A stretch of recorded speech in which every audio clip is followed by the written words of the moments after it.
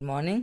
शिक्षा की पाठशाला में आज हम प्रतियोगिता साहित्य और लूसेंट के टॉप 30 क्वेश्चन हल करेंगे जो कि एग्ज़ाम में बार बार पूछे जाते हैं और आने वाले एग्ज़ाम के लिए भी महत्वपूर्ण है। सो वीडियो को आखिर तक ज़रूर देखें। चलिए शुरू करते हैं पहले प्रश्न से। निम्न में से माउंट एवरेस्ट पर चढ़ने वाली प्रथम भारतीय महिला कौन है? याद रखिए, सन 1984 ईस्वी में बछेंद्री पाल ने माउंट एवरेस्ट की चोटी को क्या किया था? फतेह किया था और ये ऐसा करने वाली विश्व की 5वीं महिला बन गई थी। तो ऑप्शन हमारा बी राइट हो जाएगा। अगला प्रश्न, सुल्ताना रजिया बेगम किसकी बेटी थी? याद रखिए, इल्तुतमिश की बेटी थी। ऑप्शन सी इसका क्या हो जाएगा?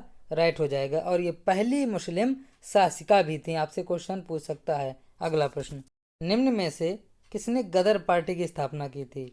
याद रखिए, सोहन सिंह भाकना और लाला हरदयाल ने दोनों ने मिलकर के 15 जुलाई 1913 ईस्वी में गदर पार्टी की स्थापना की थी। तो ये आपसे क्वेश्चन पूछ सकता है। ऑप्शन डी इसका राइट हो जाएगा। अगला प्रश्न, भारत का राष्ट्रीय पंचांग काल जो है किस काल पर आधारित है ना? ऑप्शन 20 का राइट हो जाएगा। विक्रम काल पर आधारित है, जिसे 26 जनवरी 1950 ईस्वी को अपनाया गया था।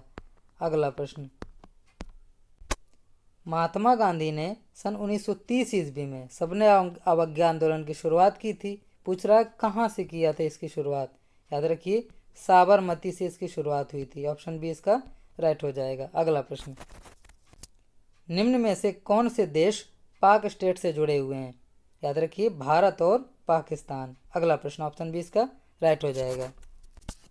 निम्न में से गेहूं फसल का उत्पादन भारत के किस राज्य में सर्वाधिक है?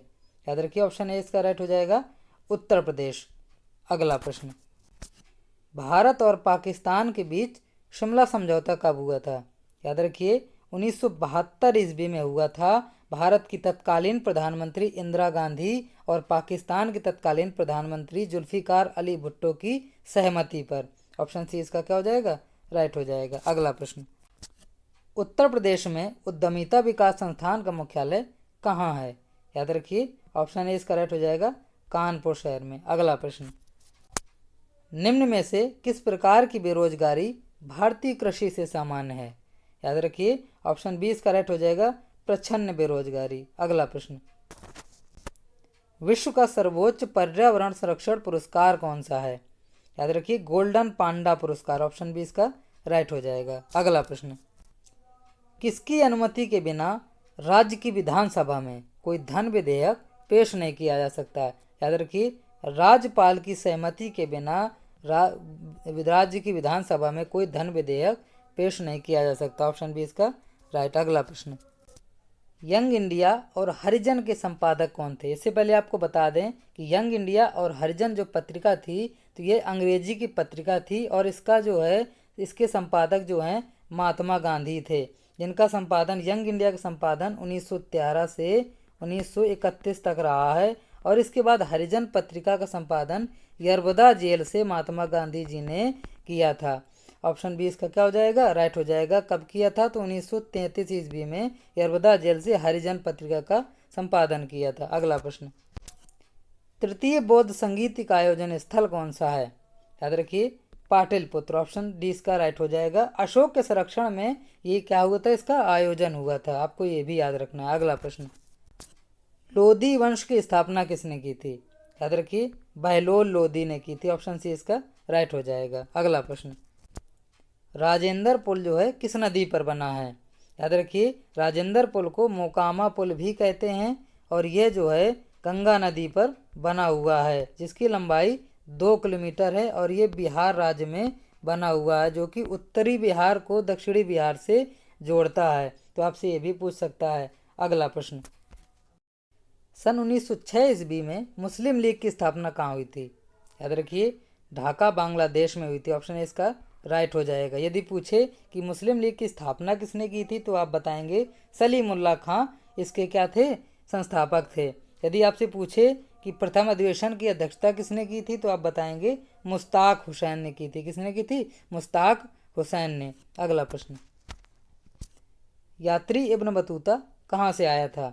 यात्री इब्न बतूता मोहम्मद बिन तुगलक के शासनकाल में मोरक्को से भारत आया था। अगला प्रश्न, मधुमक्खी के डंक में होता है, याद रखिए अम्लीय तरल होता है। ऑप्शन बी इसका राइट हो जाएगा। अगला प्रश्न, भारत सरकार का सबसे बड़ा उद्यम कौन सा है?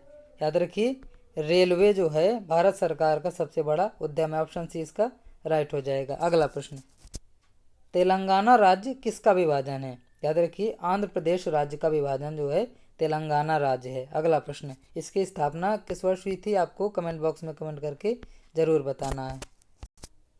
वह एकमात्र पक्षी कौन सा है जो पीछे की ओर उड़ता है? याद रखिए गुंजन पक्षी। यदि आप इसके नाम से परिचित नहीं होंगे तो हमिंग बर्ड को जरूर जानते होंगे, जो कि इसका इंग्लिश नेम है ना, हमिंग बर्ड, जो है विश्व का सबसे छोटा पक्षी भी माना जाता है। ऑप्शन डी इसका राइट हो जाएगा। अगला प्रश्न, हर्षवर्धन को किसने पराजित किया था?